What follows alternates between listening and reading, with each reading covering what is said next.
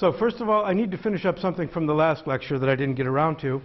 But it's a good place to start the current lecture because it will remind us of some concepts. So I want to show you how to prove very briefly the following important fact, that whenever I have a category of diagrams like this, or also called presheaves on some small category, that this is an example of a Cartesian closed category. And these are, in some sense, certain very simple and useful Cartesian closed categories because you have a kind of intuitive idea of what they are. They're some kind of variable sets.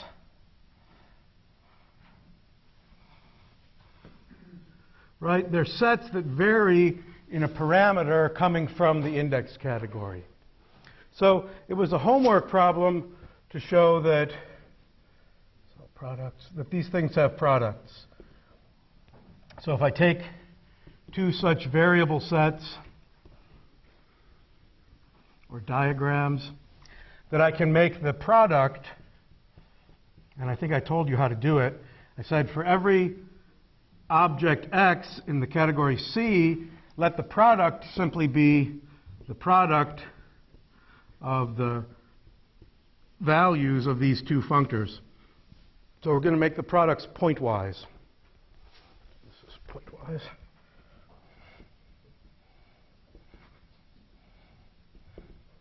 And then whenever X goes to Y, well, this is contravariant, so whenever X comes from Y, like that, we need to find a way for this thing to go to this one.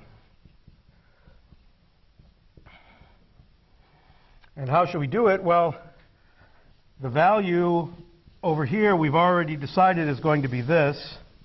But now we have to get from here to here. Well, that's not hard because associated to A itself, we're already assuming is an action on this arrow, right? So there's some thing right here, right? Let's call this map here H. Well, then A acts on H here, and A also acts on, or B also acts on H, and now we know that the product is a functor, so producting up those two maps gives us the map that we're looking for here from AY to BY. Yes? So that was the homework problem. I don't know if anybody did it, but it's very straightforward to show that you can make products like this pointwise. And in fact, you can also make coproducts pointwise too. So I don't have a thing here. So here, same for A plus B. You can make those things pointwise too. But what about the exponentials? That's the interesting thing. So exponentials.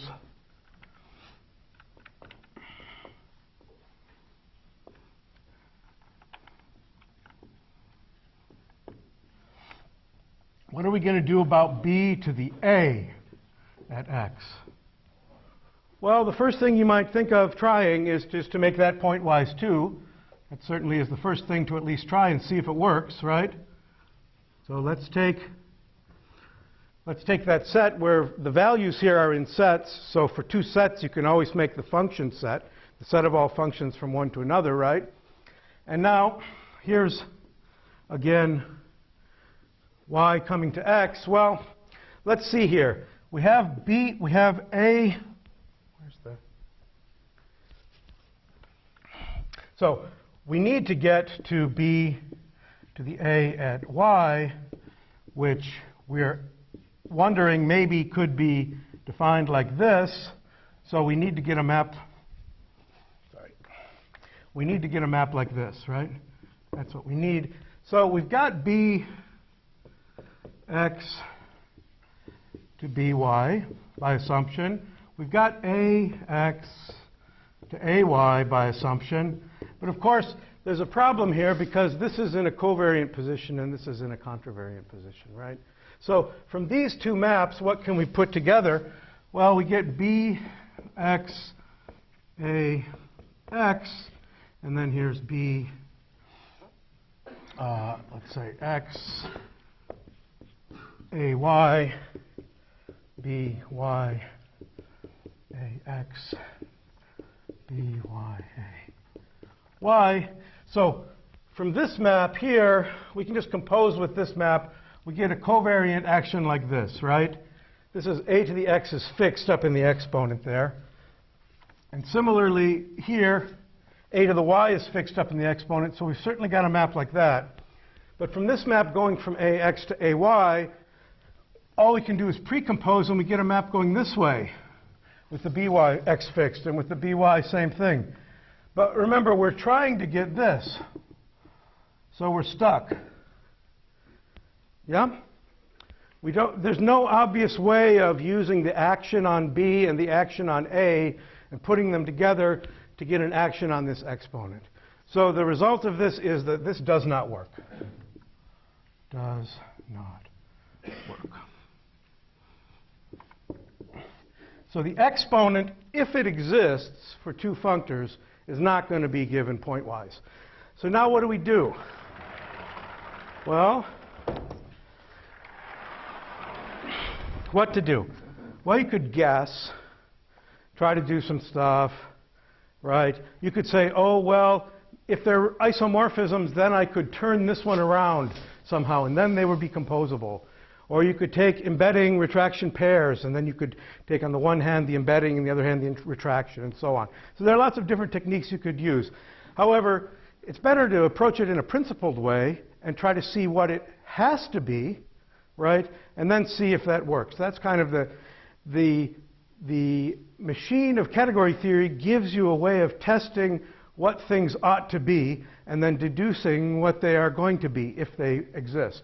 So again, as in many cases, it's Yoneda to the rescue. Yoneda to the rescue.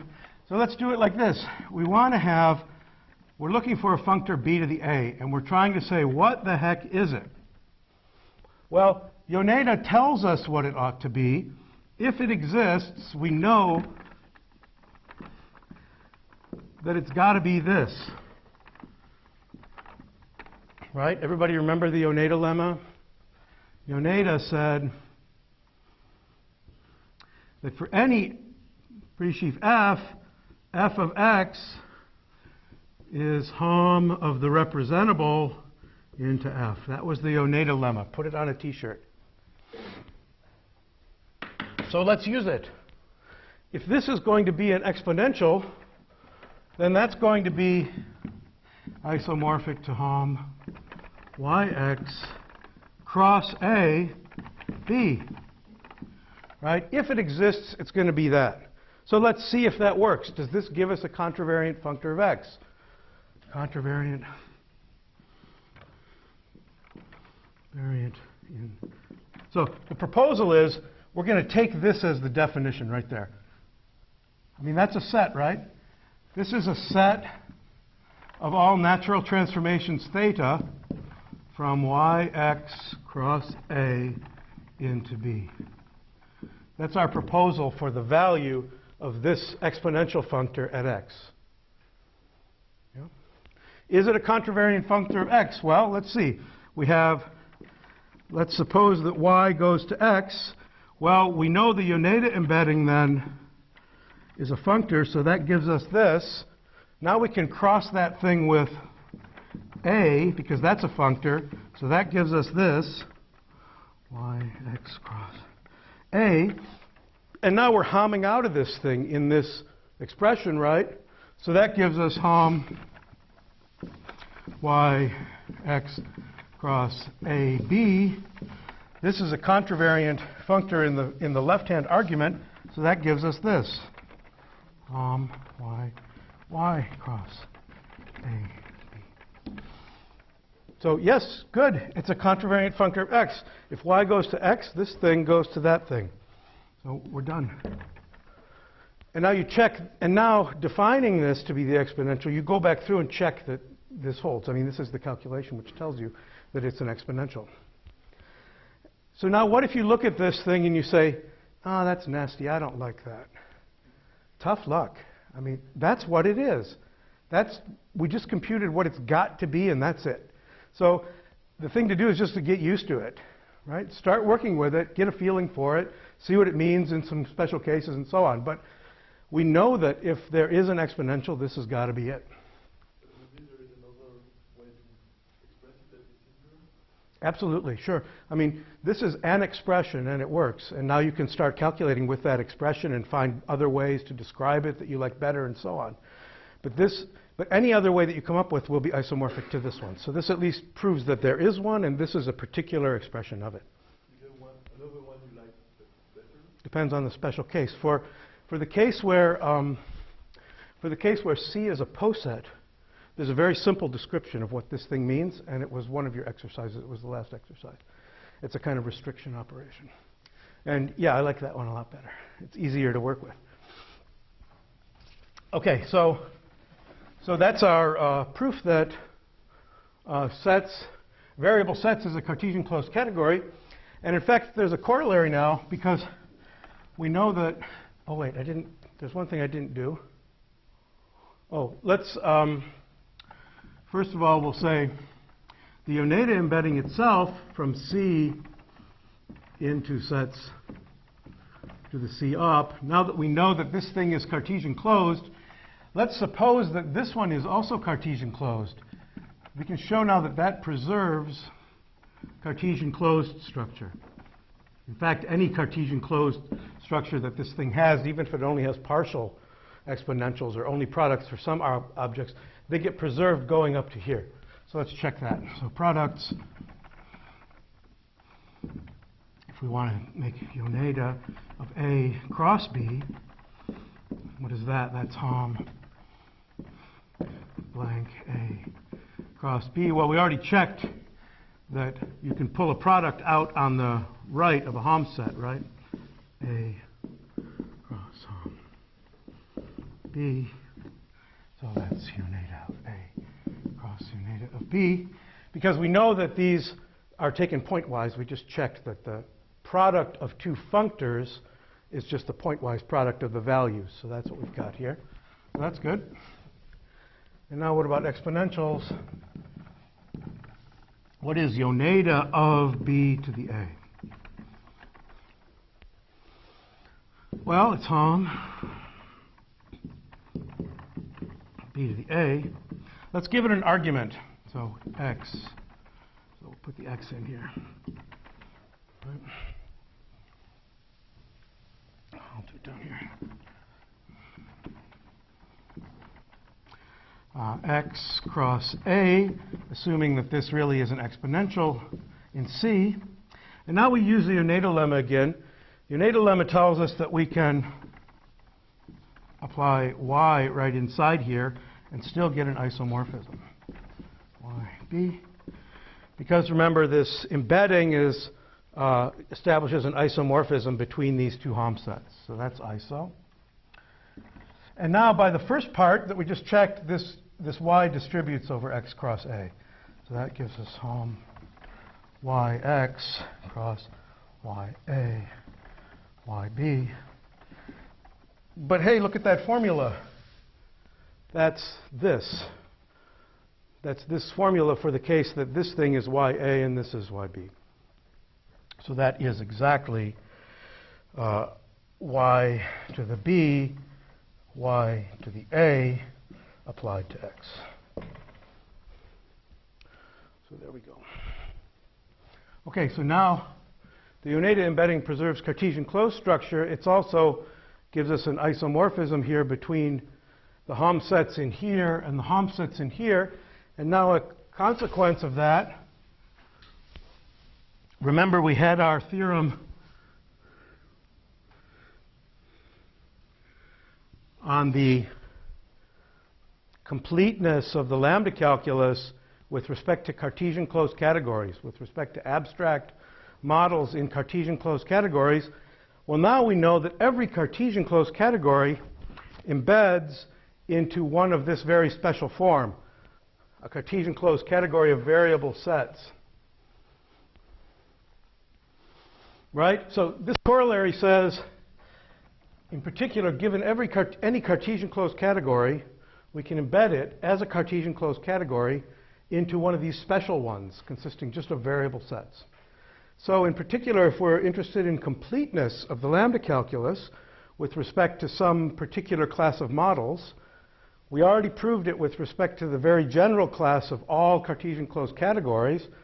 But each of those embeds into one of these very special ones, of variable sets, and so we get a completeness theorem with respect to variable sets. So this completeness of the lambda calculus, or simple type theory, with respect to, well, variable sets. Variable sets.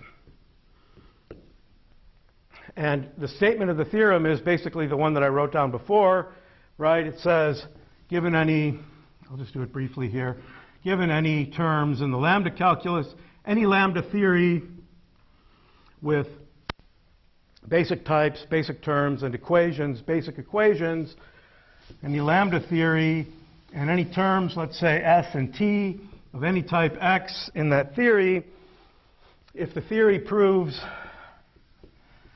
S equals T modulo the basic equations of the theory, then for any interpretation of the lambda calculus into a Cartesian closed category of this special form, interpretation into any Cartesian closed category of variable sets, the interpretations of those two things will be the same. So this direction is, of course, soundness of the lambda calculus with respect to the semantics, and this direction is the completeness. If the terms come out to be the same under all interpretations in variable sets, then they must be provably equal via beta-eta conversion. Okay? And then there's a similar statement about inhabitation of types. So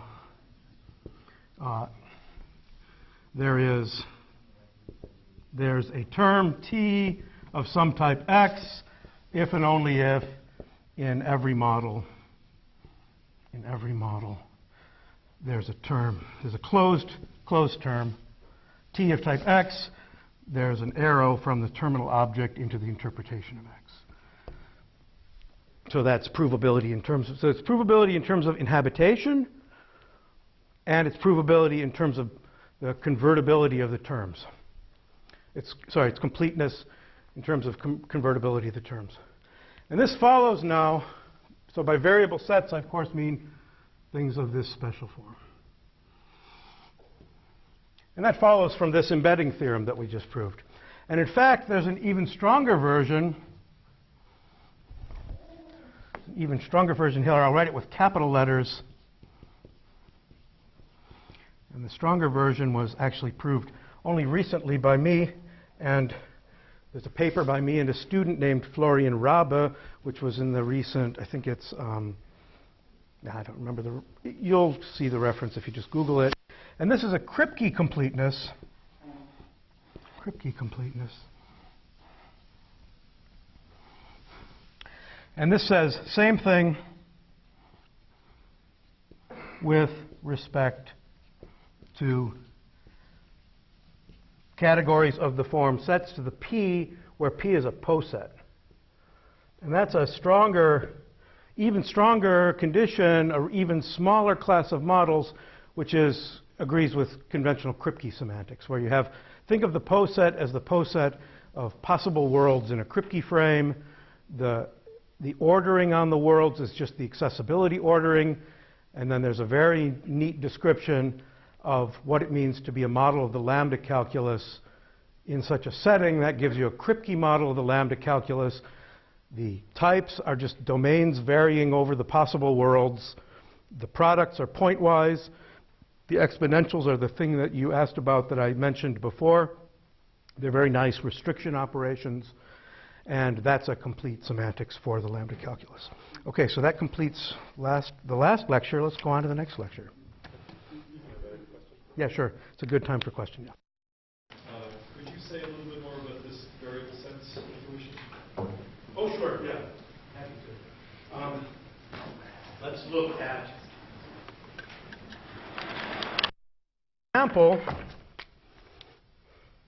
an example that we had before was this sets through time. So there the poset was just omega, it's 0, less than 1, less than 2, and so on, forever and ever, right? And then an object in here, A, is just a set changing through time. So there, right, we have, it's a sequence of sets, and the elements change as you go from one to the next. You think of it as the set is developing through time. Some elements come in, some elements get identified, and so on. And then the arrows we saw were those ladders of functions, yeah? But equally well, you could have a different poset. So let's say we parameterize this where P is something like binary trees, something like that. Or P is a binary tree. So something developing like that.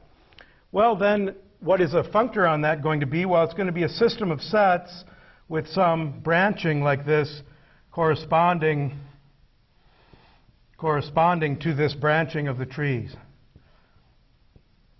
So as the thing develops, the sets develop in different ways. It's not just omega sequentially, but whatever the poset gives you for an ordering type or for a branching type, the functors have to respect that branching type. So maybe you have the total binary tree, right? So at every moment there are two possibilities. Or maybe you have a poset. Another possibility is maybe your poset is the real numbers. And then you have continuous time, right? So you don't have this discrete nature, but for every two reals or for every two rationals, say, there's a way of connecting them. So there are lots of different examples like that that you can think of. Maybe the poset is, for example, all the open sets of a topological space. Right? And now you think of the space here, and then you think of the open sets and their inclusion ordering. And then the poset will assign to each open set for each region. Think of the space maybe as physical space, and think of the open sets as regions, right? And for each region of space, the functor will give you a value on that region. Maybe it's all the real valued functions defined on that region of space. And then as you go down, usually these ones are taken to be contravariant. So maybe as you go down from one region to the next, maybe the functor A takes this to all the functions, say, in the reals, and then defined on this region. And then as you go to a smaller region, you just restrict. So F goes to F restricted to the smaller region. That's actually the classical example of a presheaf. That's where the original definition comes from, is that idea of functions defined on regions of a topological space.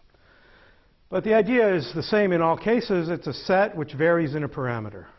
Right? In all cases, we have some poset. It has some elements, and they're ordered in some way. And then a functor on the poset is a family of sets, one for each element. And then every time you have an ordering like that, there's some way of changing from one set to the other. So that's the idea of variable sets. That's enough? Yes, and it raises another question. Okay. So in both of the examples that you chose, the natural ordering on the exponent set was one way, and it looks like an op disappeared with respect to the generic discussion. Yeah.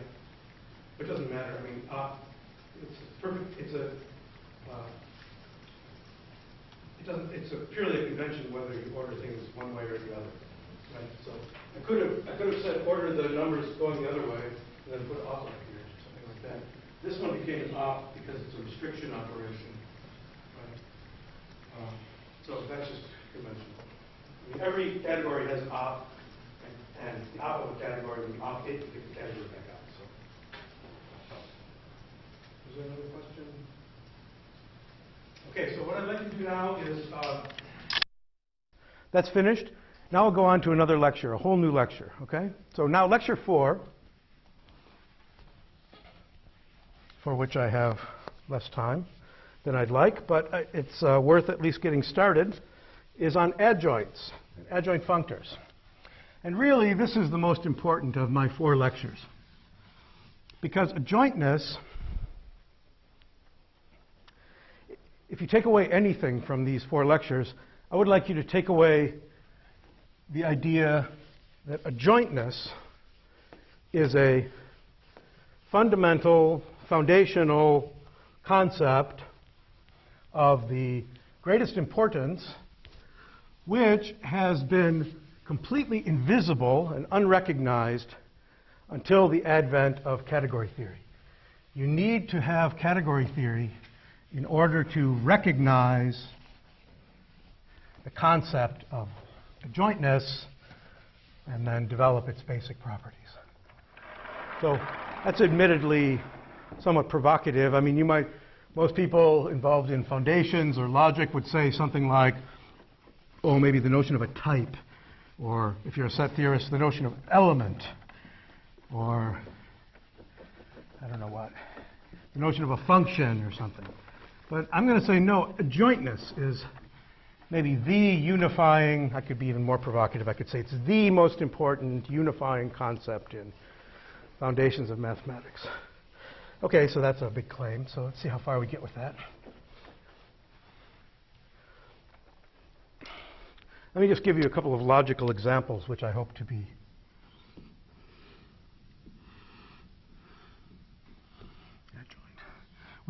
able in the next few minutes to at least sketch. So one example of an adjunction is the adjunction between taking the product with something versus, this is how it's written, I'll explain it in a minute, versus taking the exponent by something. So this captures the basic operations of the lambda calculus. Another example of adjointness is the product operation itself. We'll see in a minute that that's adjoint to a certain trivial operation that you may not have even recognized, but it's there. And moreover, that's adjoint on the other side to the coproduct operation. So these things are related to each other in that way. Also, the notions of induction, recursion, and then things defined in terms of them, like the natural numbers and types of lists, all kinds of inductively defined types. These are all examples of adjoints. And similarly in logic, of course, things related to this, like conjunction, disjunction, true and false, exponentiation. These are adjoints. Also, the quantifiers. I think it's quite remarkable and beautiful that the quantifiers are examples of adjoints. And even in dependent type theory, the type theoretic operations on dependent types, sigma and pi, are also examples of adjoint functors. So if I can show you that all those things are adjoints, then maybe you'll believe me, or at least you'll understand my rhetorical flourish of claiming that adjoints are a concept of fundamental logical and mathematical importance. Actually, these are just a few examples that occur in logic. But actually, adjointness occurs all over mathematics, from the highest level, from the lowest foundations to the highest abstract constructions in mathematics. There are examples of adjoint functors. So let's start with that first example of product and exponential in order to get the general notion of an adjunction. So here's our example. So we saw that when we have products and exponentials in a Cartesian closed category, there's a bijection between things of this kind, that is, arrows out of a product,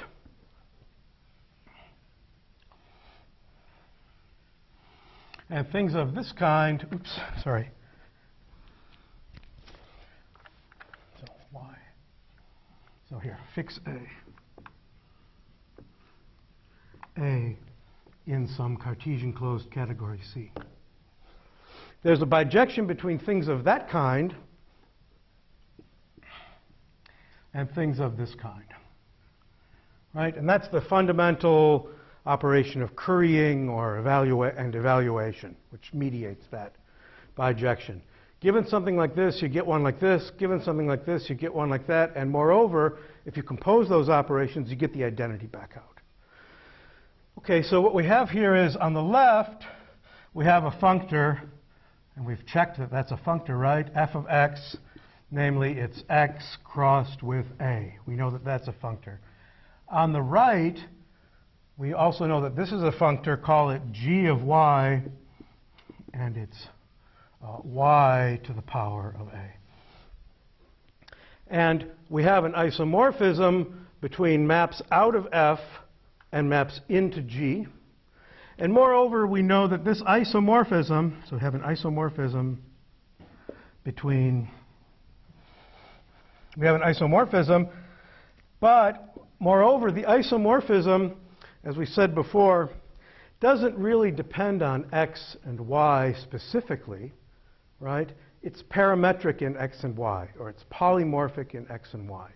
It's an isomorphism between these two structures of product with A and exponent by A.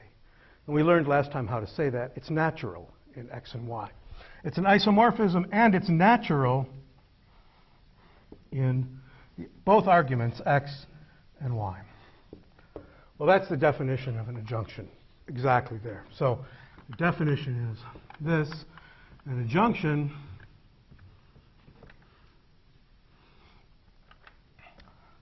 between two categories, say, between categories C and D, consists of, so here's C, here's D, a pair of functors, F and G, going back and forth. In this case, the functors were on the same category C, but that's not essential. We can have an adjunction between two different categories, such that there's a, well, such that, wait a sec, don't write things down until I've finished because I might change it. I'm making this up as I go along, you know. Such that for all x in C, y in D, there's a bijection,